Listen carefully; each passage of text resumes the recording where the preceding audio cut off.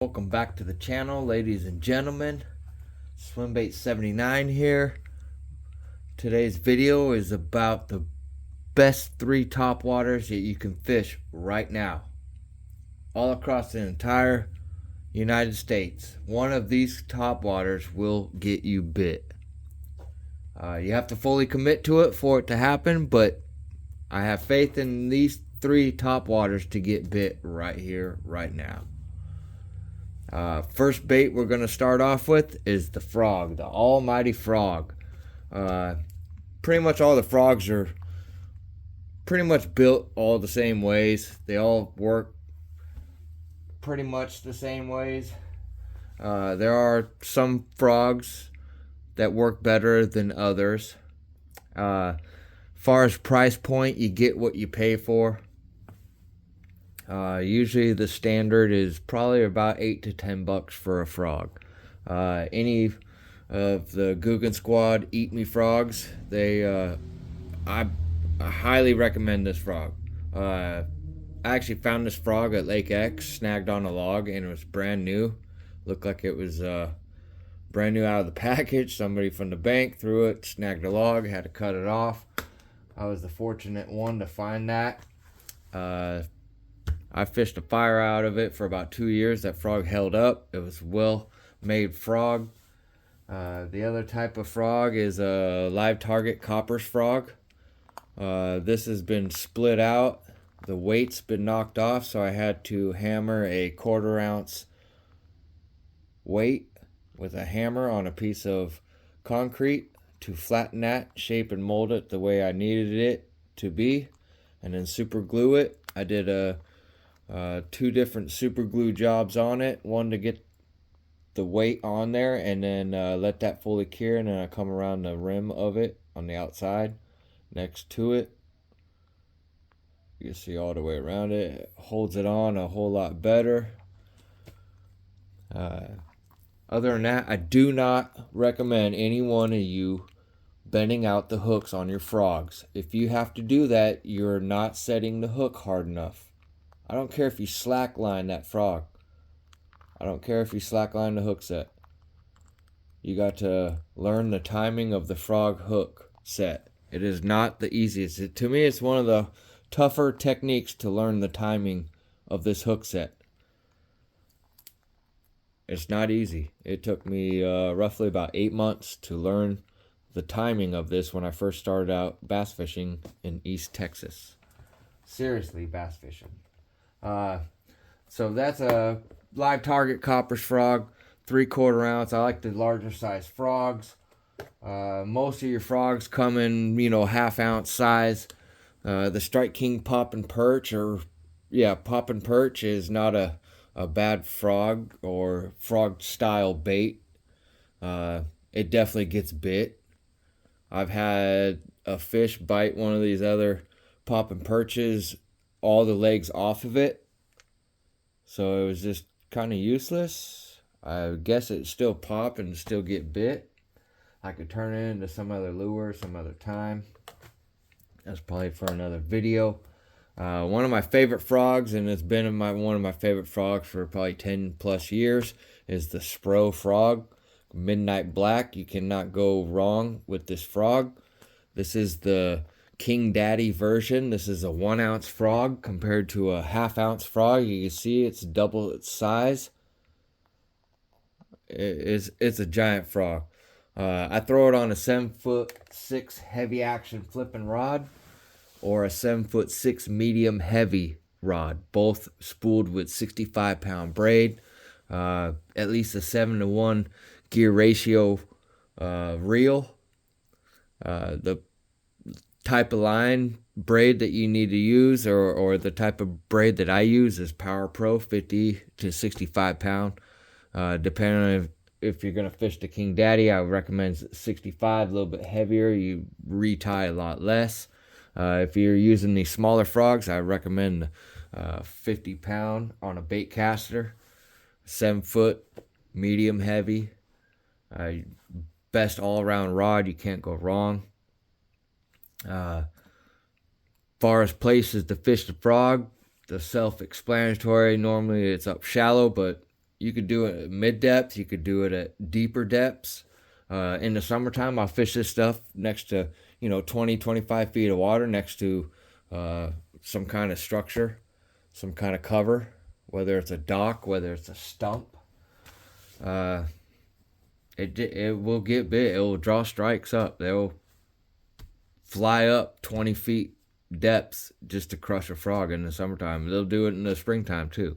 It's a lot slower of a presentation. Like, I still do the 3 walks and a pause, but I don't do it as aggressive as I do it later in the year. This time of the year, they just moved up shallow.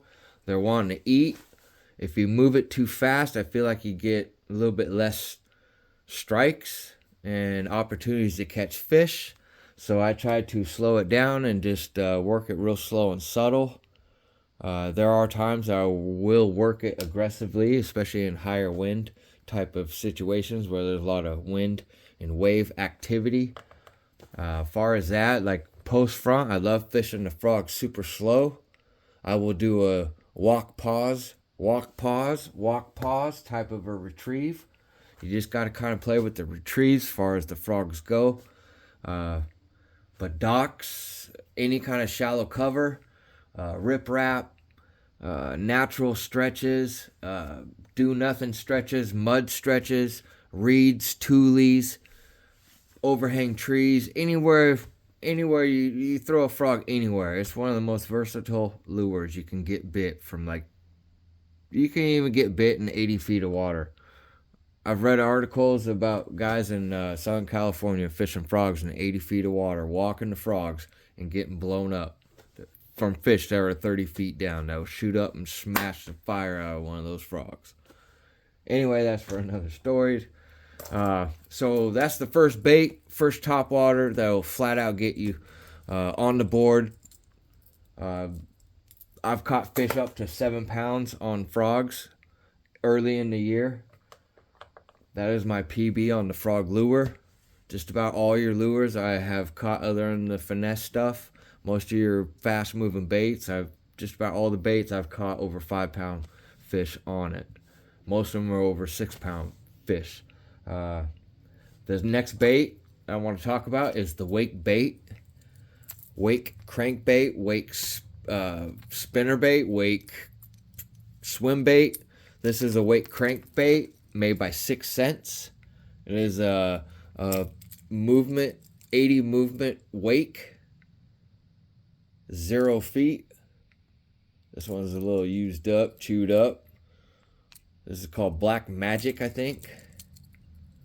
This is a Cajun craw, I think it is, or Cajun bluegill, something. Anyway, it flat out gets chomped on too. I love fishing this at nighttime or early in the morning or late in the evening. Even on a cloudy day, you can't go wrong fishing a wake crankbait. These just bulge on the top of the surface. You can move it real slow, you can move it real fast. The fish will tell you what kind of retrieve they're going to want. Something else to tell you about this bait is these eyes are super trippy. If you have a headlamp on and you get it close to the boat and all of a sudden you shine your light and you see this giant green eye, it's a trip. But nonetheless, I fished those on a 7-foot medium heavy rod on 17 to 20 pound fluorocarbon, depending on your type of cover and type of lake that you're fishing. If there's a lot of grass and stuff, I may just go with 20 pounds just to keep it up. You can use monofilament, you can use braid. I don't like braid with crankbaits because the hooks always seem to hook the freaking line and it frays it, and it's just a pain in the ass. At least this way, using fluorocarbon, I don't have many problems with that issue. But 7-foot medium heavy, just your basic all around rod, it's perfectly fine. The gear ratio reel is a 681. It's a pro qualifier from Bass Pro Shop, rigged up with a Vendetta next generation of Boo Garcia rod. It is a 7-foot medium heavy. I'm gonna try to get the specs on film for y'all. Here we go. So 7 foot, 1 ounce or quarter ounce to a 1 ounce lure, 12 to 20 pound. This is a 6 ounce diving crankbait. It is a movement L7, 3 to 6 foot. Does get bit. It's not a wake crank, but nonetheless, 17 pound fluorocarbon. 681 reel. You can go up to 731. Doesn't matter. I just understand that these baits will catch you an absolute giant right now. A do nothing type of a fish that's sitting off there inactive, not in the feeding mode or mood, and they see this thing coming by them. Just all slow and steady, throwing a pretty good wake. This is a 5/8 ounce bait too, so it's a little bit heavier than your average size crankbait, which makes it cast friendly. You could bomb these things on the bait casters. I couldn't imagine putting it on a spinning rod and reel. But these baits, I can't tell you enough about these. A few of you subscribers have told me about the wake baits. I'm a firm believer in the wake baits, but I only got 2 arms right now, and I'm kind of stuck on that big swim bait, the 10-inch mag draft. But this stuff, tried and true for the last at least 10 to 15 years here in the state of Washington. We have a pretty mild weather compared to everybody else in the north. Okay, so that's the second bait. The third and final bait is going to be the Rapala floater diver. I call it a floater diver stick bait.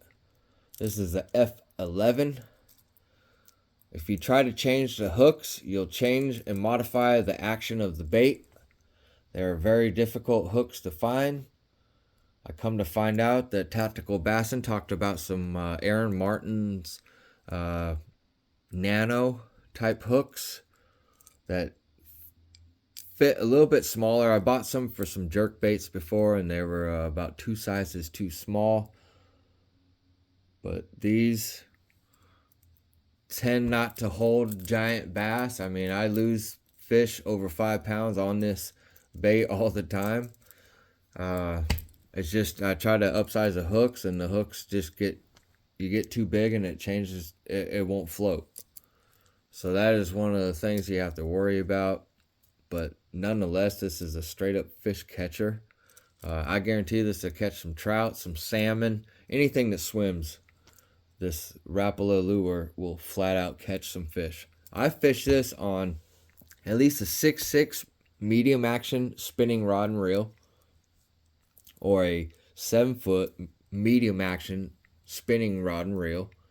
I'll spool that up with 8 to 10 pound monofilament, and I will throw this around. I will throw it around just any other spot that I fish in. I'll throw this around. Let it cast out there, let it sit till all the ripples go away.